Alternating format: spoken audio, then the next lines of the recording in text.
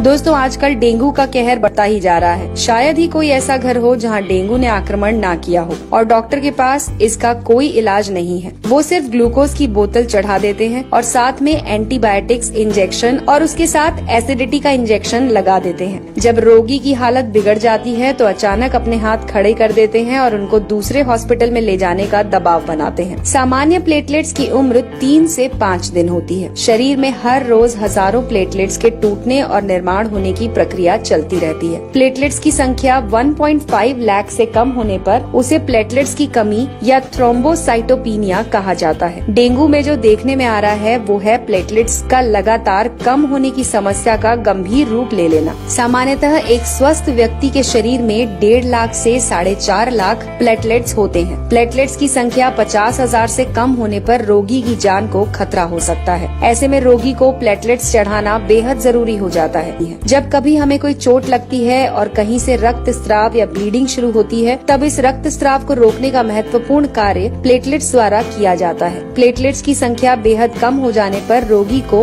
अंदरूनी रक्त स्राव शुरू हो सकता है, जैसे कि नाक या दांत से खून निकलना, पेशाब में खून आना, चमड़ी के नीचे लाल थक्के जमना। ऐसे लक्षण नजर आने पर रोगी को तुरंत उपचार करना चाहिए। तो दोस्तों आइए जानते हैं कुछ आयुर्वेदिक और घरेलू नुस्खे जिससे आप अपने प्लेटलेट्स की संख्या बढ़ा सकते हैं। इसमें सबसे पहले है पपीता। जी हाँ दोस्तों, प्लेटलेट्स की संख्या बढ़ाने के लिए पपीते के पत्तों का रस सफलतापूर्वक प्रयोग किया जा रहा है। 2009 में मलेशिया में हुए एक अध्ययन में ये निष्कर्ष निकाला गया कि डेंगू बुखार में ताजे और स्वस्थ पपीते के पत्तों का रस देने पर प्लेटलेट्स काउंट बढ़ने में सहायता मिलती है। पपीते के पत्ते का रस आप अपनी क्षमता के अनुसार 10 से 20 मिलीलीटर दिन में 2 से 3 बार ले सकते हैं। अगर आपको इसे पीने से उल्टी होती है तो ये नहीं लेना चाहिए। पपीते का फल खाते समय पका हुआ फल लें और उसे खा लें। दूसरा है गेहूं ज्वारा यानी कि व्हीट ग्रास। प्लेटलेट्स काउंट बढ़ाने के लिए आप गेहूं की घास का उपयोग भी कर सकते हैं। 150 ml स्वच्छ और ताजे गेहूं की घास का जूस पीने से केवल प्लेटलेट्स ही नहीं बल्कि हीमोग्लोबिन, सफेद रक्तपोशी और रोग प्रतिकार शक्ति बढ़ाने में भी सहायता होती है। तीसरा है चुकंदर। दोस्तों चुकंदर में प्रचुर मात्रा में एंटीऑक्सीडेंट्स होते हैं और साथ में इसका सेवन करने से हीमोग्लोबिन और प्लेटलेट्स की मात्रा बढ़ने में भी सहायता मिलती है। रोगी को इसकी स्वादिष्ट और पाचक सब्जी बनाकर खिला सकते हैं या फिर इसका 10 ml ताजा जूस रोगी को दिन में 3 बार पिला सकते हैं। चौथा तरीका है कद्दू यानी कि पंपकिन।